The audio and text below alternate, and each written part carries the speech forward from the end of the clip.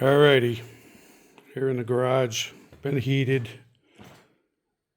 Been looking for some answers here.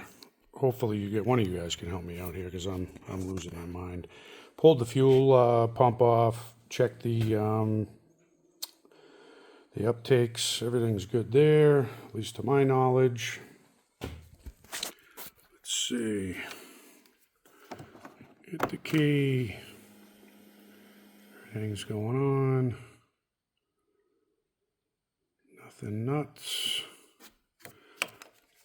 Kill switch is working.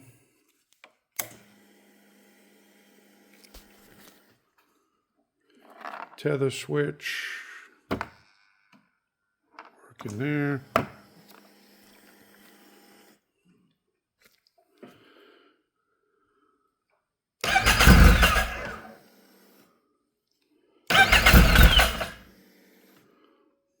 That's what we got. I can hold the throttle, still get our tips working right, nothing's stuck.